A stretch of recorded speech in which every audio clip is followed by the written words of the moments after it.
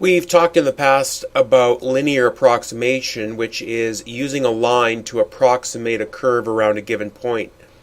I have the graph of sine x here, and if I draw a tangent line at x equals 0, I can see how that line approximates the curve at points around x equals 0. But of course, as we get further away, then of course the line and the sine graph are different.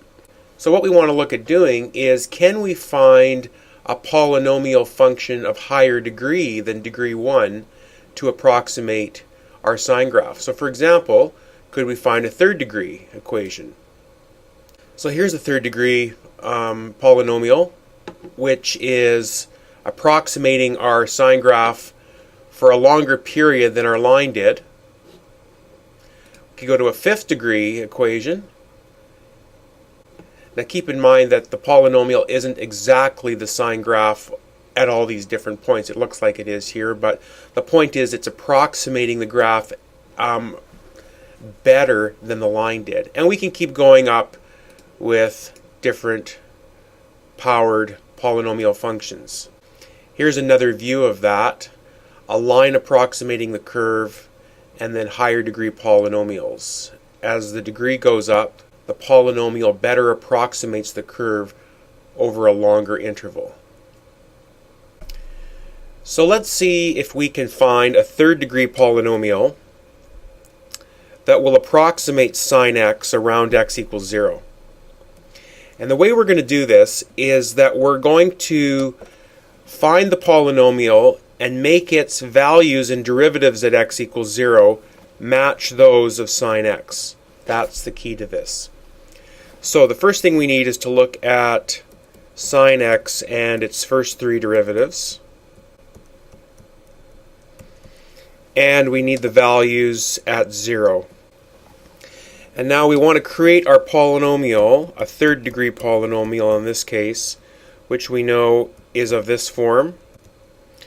And again, we want the value and derivatives of this function to match those of sine x at x equals 0. So we want p of 0 to match f of 0. Well, if I make x equals 0 in my polynomial, I can see that all of the terms with x will become 0, and so p of 0 would be a sub 0. And we already know that f of 0 is 0, and so we know that the coefficient of a0 is 0. And what we're going to do is work our way up to finding all four of the constants.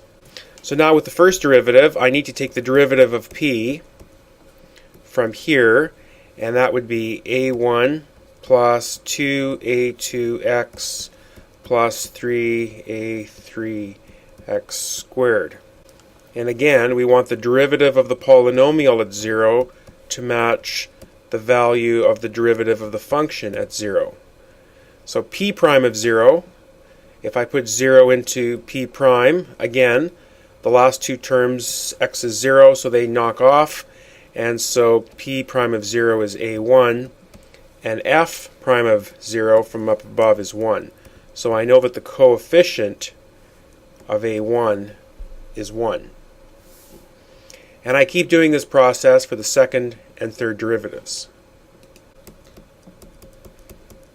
So my second derivative will be 2a sub 2 plus 6a sub 3x. P double prime at 0 must equal f double prime at 0, which from above was 0.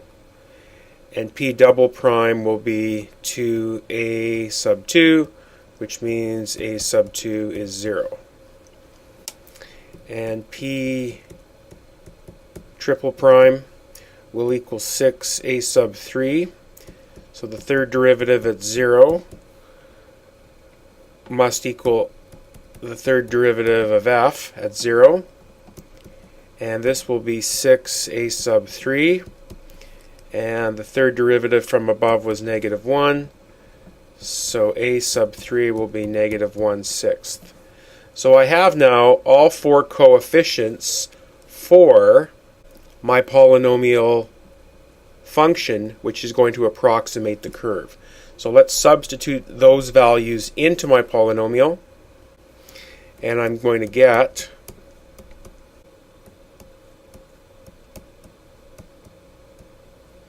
and this is the function that's approximating sine x around x equals 0. There's our original and our approximation entered. Let's see how the two compare. And you can see that we have a fairly good approximation with our cubic. Again, it might look like the two functions are the same right around here, but they're not. Let me just show you. If I take x equals 1, on sine the value of y is 0.84, and on the red graph it's a little different. But it's a pretty good approximation for a fairly good interval. So you can develop a polynomial to approximate a curve using this process for as high a degree as you want to calculate it for. So what I want to do is try to generalize this process and see if we can come up with a general formula or method for this.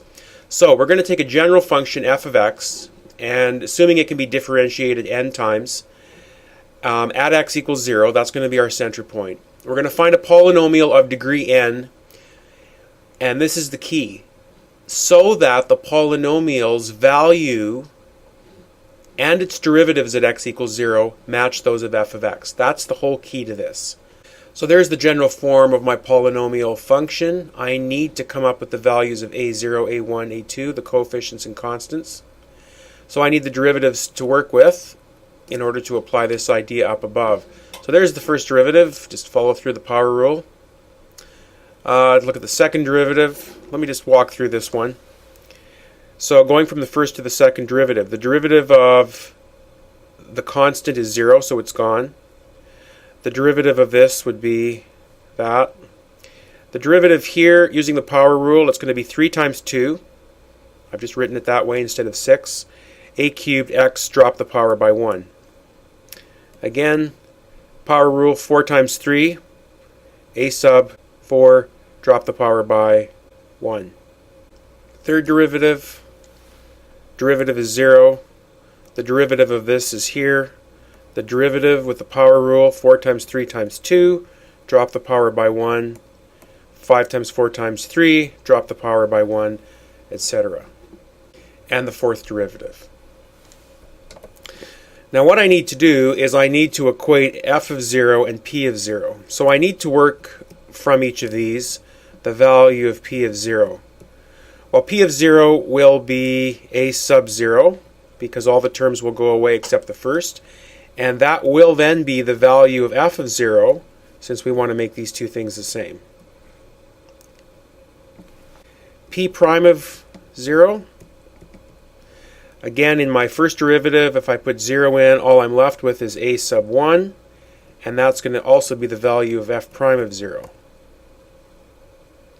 So I'm one by one working out my coefficients a0, a1. Now my second derivative of p at 0 is going to be 2 a sub 2, which is going to be f double prime of 0. And if I isolate for a sub 2, I can see that a sub 2 is going to be f double prime of 0 divided by 2. Third derivative at 0. Plugging 0 into the third derivative leaves me with just this term. 3 times 2 times a sub 3, which I want to be the third derivative at 0 of f. And so if I isolate a sub 3, a sub 3 is the third derivative at 0 divided by 3 times 2. And let's do it one more time, and then we'll see if we've identified a pattern that's building up. The fourth derivative, which we denote like that, is going to be 4 times 3 times 2 times a4, and we'll want that to be the fourth derivative of f at 0. And so if we isolate a sub 4, a sub 4 will be the fourth derivative of f at 0 divided by 4 times 3 times 2. 4 times 3 times 2, that's 4 factorial, isn't it? Because times 1 wouldn't change anything. Similarly, 3 times 2 is 3 factorial. This is 2 factorial, and I can think of this as 1 factorial. So I think you probably see the pattern here for the coefficient of a sub n. It's going to be the nth derivative of f at 0 divided by n factorial. And so what we've been able to do is work out the coefficients for every single term of our polynomial approximation. And when we substitute these coefficients back into our polynomial, we get what we call the nth Maclaurin polynomial. And there it is, precisely what I just wrote. And you can express the Maclaurin polynomial in sigma notation.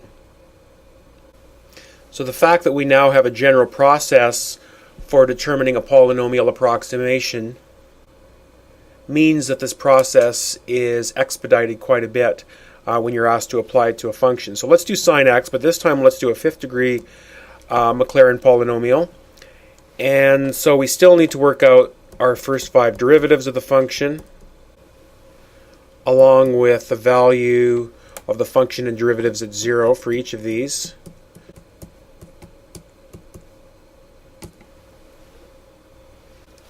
So we're doing a 5th degree polynomial, so we denote that with a little 5 there.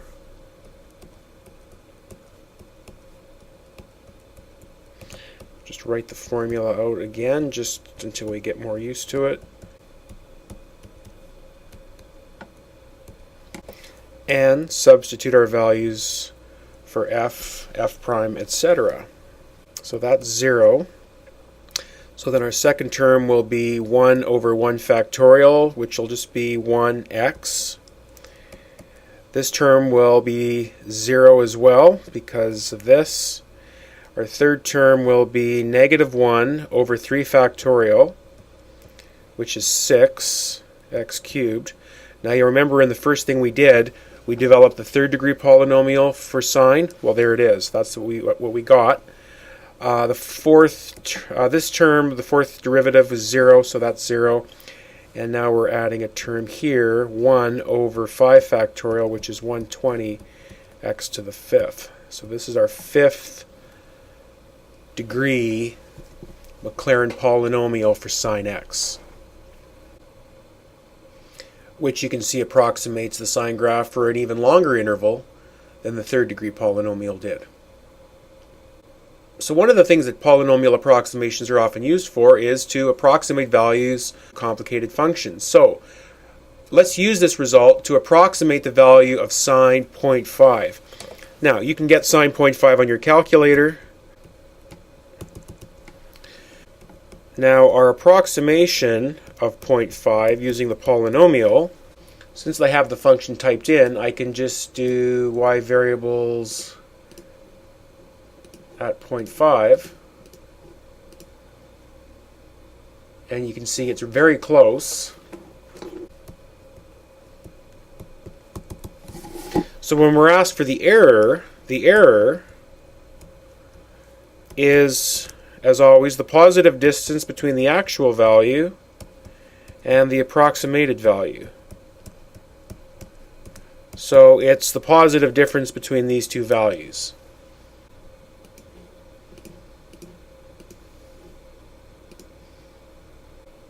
And we want that positive distance, so we're going to say it's 5 zeros, a 1, and a 5. Just one final thing. Had I been asked to find the nth degree Maclaurin polynomial for sine instead of the 5th, I would have just kept my derivatives going past the 5th derivative. But you'll notice that for sine that the derivatives have a pattern. The value of the function, the 2nd derivative, the 4th derivative, the 6th derivatives will all be 0. And the 1st, the 3rd, the 5th derivatives are going to alternate in sign between 1 and negative 1 due to the cyclical nature of the derivatives. So if I put all that together, I get this as the nth Maclaurin polynomial for sine x, which I can also write in sigma notation.